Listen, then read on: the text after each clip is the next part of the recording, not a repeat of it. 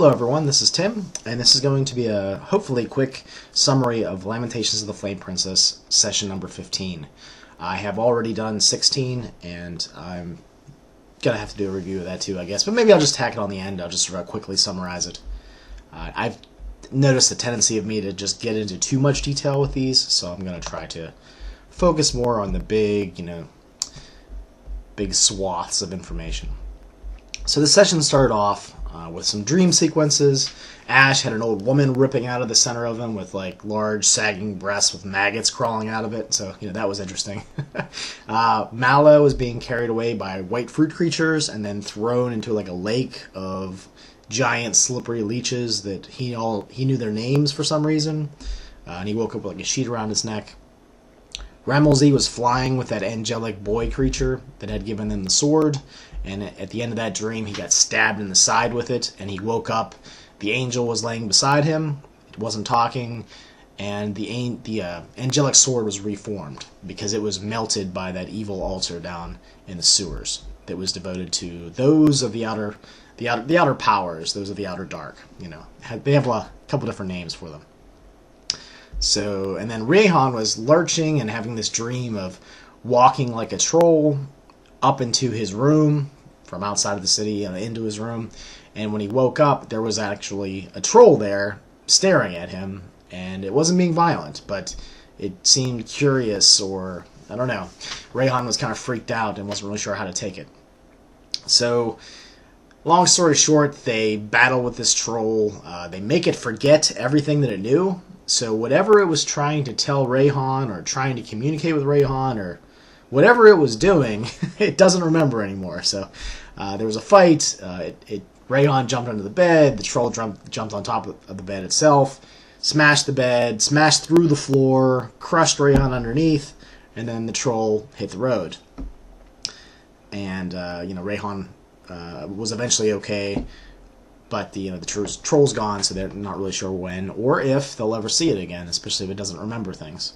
That forget spell in Lamentations of the Flame Princess is pretty powerful. I didn't realize those effects were permanent, so that has a way of changing things, which is kind of interesting. So depending on what the characters do, affects how things turn out. So they talked as a group about the future, what they're going to do, where they're going to go. How are they going to get rid of these trees, or how are they going to get this demon blood out of them, the red leaves, the red blood. They kind of mentioned the fact that maybe Mallow could do something with his clerical magic, maybe the gods, the divine magics could do something about that, but they didn't really come up with a solution. They learned that the innkeepers, at the inn they were staying, were murdered by the troll, and they also saw, I guess, a lot of the damage done by the earthquake that was caused by the dragon turtle underneath the town, and the whole portal thing, that whole situation before. In town center, in the middle of Pembrooktonshire, was a 2-foot wide crack that spanned the width of it, but there wasn't any like noxious gases or anything coming out of it. But it's making the characters leery, worry, and stressed, which it probably should. Knowing what has happened in this campaign so far, but. They went to a lake because they were trying to get rid of the bodies of the man and the female owner of the inn. They didn't want to get blamed for them. But this man at the lake, he was hanging out with a bunch of ducks, and he seemed very possessive of them. They cast forget on him as well, and he just looked around, wasn't sure what to do, and then he walked off. And later they found that these ducks were, for some reason, crapping out gems, rubies, emeralds, and diamonds. Maybe 1 out of every 3 piles of duck crap had these gems in it. So some of them were kind of disgusted by that. Other ones, like Rayhan, eventually scooped them up, washed them off in the lake, and were like, oh, it's free wealth just on the side of the lake here. Aaron said something pretty funny. He took up 1 gem out of, the duck crap, and then he said, "That's my rule. Only 1 thing from a creature's anus per day." And he wouldn't pick up any more of the gems. So I thought that was kind of humorous. And sadly, this was the last time that Aaron's going to be playing with us. I guess he dropped out of the game. I think other things have come up. So Rayhan was trying to find a way to get rid of these bodies. and there was a lake boat there, and he turned over the boat, oh, I'm going to take it out, take the bodies out. And underneath the boat was this 40-pound, 6-foot-tall, emaciated woman. As far as he could tell, she was wearing a tattered wedding dress. She seemed to have an attitude about her that she thought she was attractive, which made it even worse. Her hair was like chemically frozen in place. She had like this fake smile on her face, like it was kind of like the Joker's. It was just permanently there. There was like stained red marks on her face where, you think rouge should be, I guess. They weren't really sure if she was even alive. Maybe they thought she was undead. They weren't really sure. She had a horrible reek to her. But it turned out that she was alive and that she was there for a fashion show. She had come to Pembroktonshire and she couldn't find a place where she was supposed to stay, so she slept under this boat beside a lake. The whole time she was trying to seduce Rayon, which was kind of... I think it was more humorous for me than for the characters. But I got a kick out of that, especially since it brought upon the exact opposite reaction from him. While they were taking the bodies out, the woman stayed on the shore to sunbathe, and she started to get very lewd, and she undressed and was doing all manner of tasteful things on the beach. And so she was doing that. They were out in the middle of the lake, and while they were there, ready to drop the bodies off, they threw the bodies in with these sacks, hoping that they would sink. There was rocks in them, and the bodies only sank 6 inches. And as they were paddling away, they heard kind of noises on the bottom of their boat, and there was some sort of creature that was 6 inches below the water, like a dark brown, looked very muddy, made the lake look very dark, but they learned that this thing was all over the lake. Later they would hear it referred to as the Guardian, but at the time they didn't know that. They tried to get the bodies to sink. That didn't happen. Ramalzi on the shore was stabbing down into the water with his staff, and that angered it. It sort of enveloped up and threw the lake boat up into the air. Mallow and Ash and Rayhan went flying and splashed in the water, and then decided to run back. They kicked a duck, one of the crapping ducks that crapped out the gems, on the way there, and the Guardian didn't like that, so it sank down 4 feet. So what they were running on wasn't there anymore, and then they splashed in the water. But eventually they got out and had to deal with this crazy, emaciated, anorexic woman, who they learned was named Minerva. So they dealt with her for a little while, and then Rayhan, being totally fed up with her advances, her disgusting behavior. At one point she found a stick on the beach and was pleasuring herself with it. So yeah, they were totally disgusted with her. They knocked her out and just took her to town. So when they got to town, they met Roger, who they have referred to as the cyborg, because he has these metallic parts in him and gears, and he's lived longer than he should. And for some reason, him and a lot of the militiamen that were fixing the damage from the earthquake were attracted to this woman. At first, the characters thought that they were just being sarcastic, but no, it seemed that for whatever reason, they see this woman, this 40-pound, bones sticking out everywhere, you could rattle the ribs in her chest kind of woman, as perfection of beauty. That's what they look for in a model. So there was a sort of this shady deal where Rayhan was like, well, you want to take her off our hands? We don't want to deal with her. And Roger took her on and said that he'd take care of her, but he wouldn't take advantage of her or anything. So the group was, I guess, kind of relieved by that. And they're not really sure what this whole, what's this model thing, a fashion show? What's she talking about? So they decided to, give Minerva off. They just handed her off, and then they went and saw Mayor Rupert Irving, who was focused on doing mayor-type things and not on what the party wanted. They wanted a solution for the white fruit creatures that are descending on the town from the hills and mountains around them. But Rupert said he hadn't found anything. He also talked about the fashion show where he has to get things set up for that. But yeah, that's what was going on there. What else happened? The mayor was the one that talked to them about the fact that the creature in the lake is the guardian, and it just, I don't know, it's always been there. It takes care of things. Makes it hard to swim, that sort of stuff. Romalzi gave him a ruby and told him to, told him about the troll in the area and the fact that there's 2 enlarging portals that are down in the sewers that might envelop the town.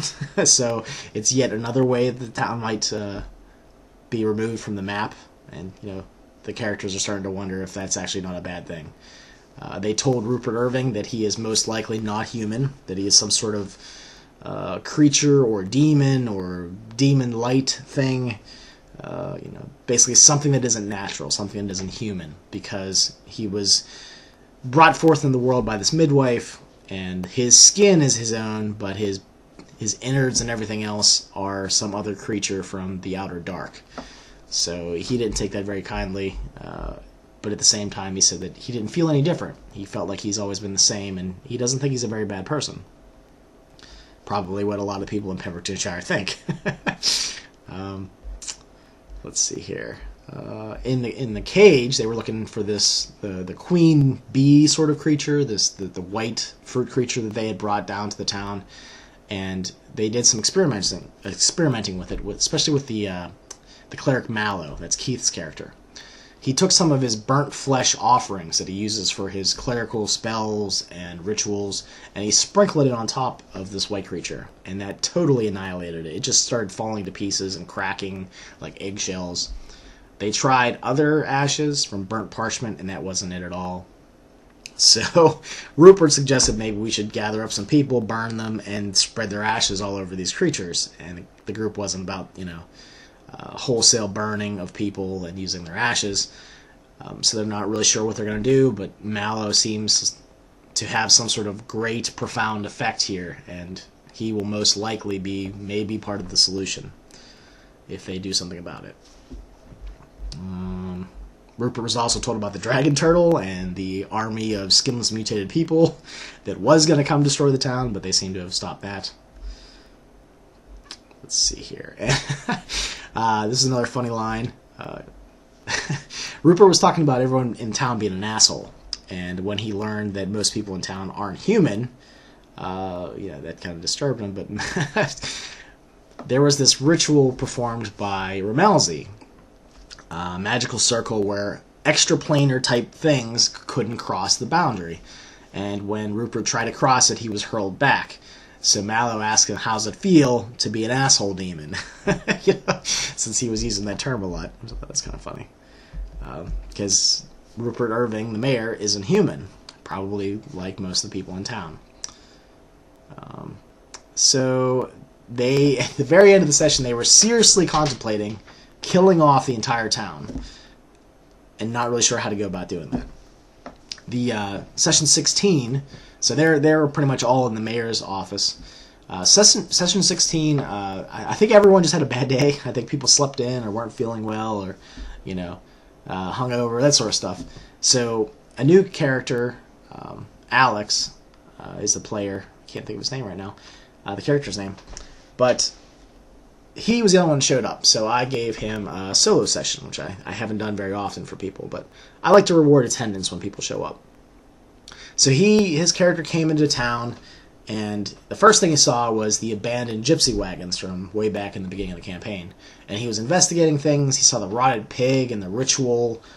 He actually learned gypsy a while back, so he was able to figure out that this ritual wasn't negative or nasty. It was to cleanse things. It was to cleanse the family honor. And while he was investigating things, this raven that was keeping an eye on things perched on his shoulder.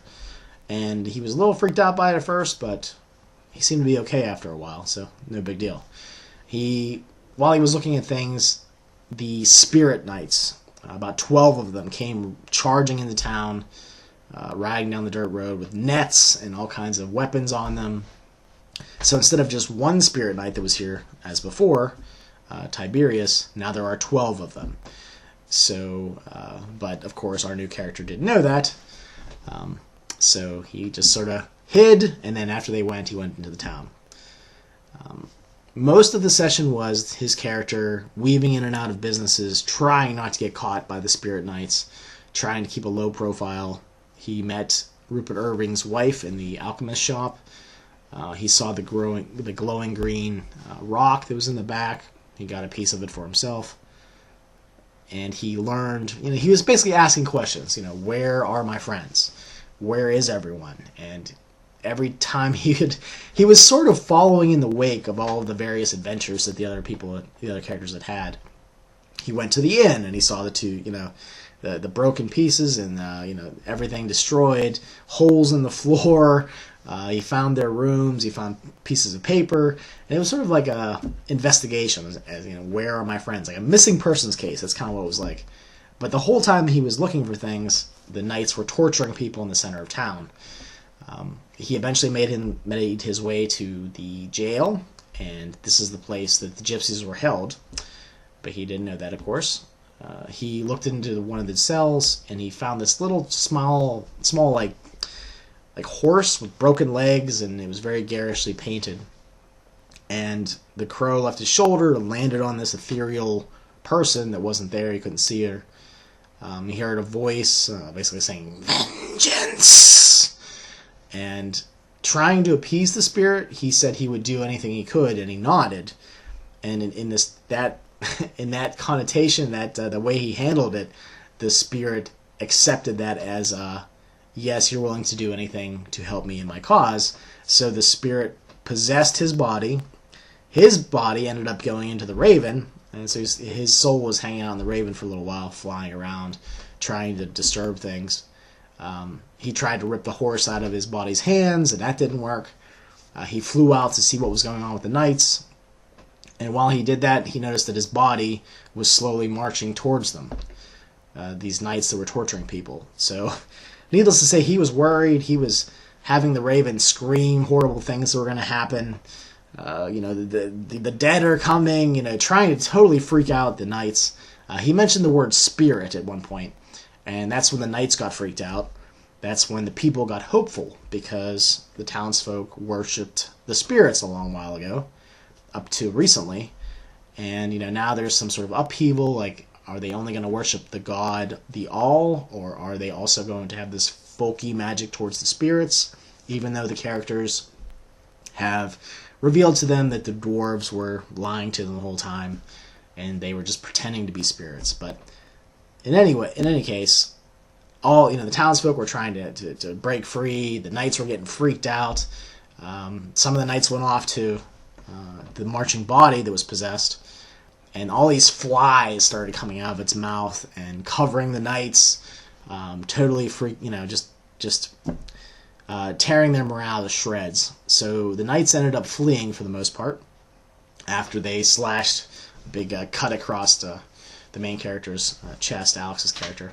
Still can't remember his name. You'll have to forgive me, he's brand new. But eventually the soul of his character went back into his body, and it seemed the wrath of the woman was appeased. He left the little wooden horse laying in the center of town, and at the very end he tried to go meet with his friends who are still in the mayor's office. So next session, which will probably be in about 2 weeks, will be them getting together, the main characters and Alex's new character, I'm going to remember it someday, are going to get together, and then we're going to start, playing from there.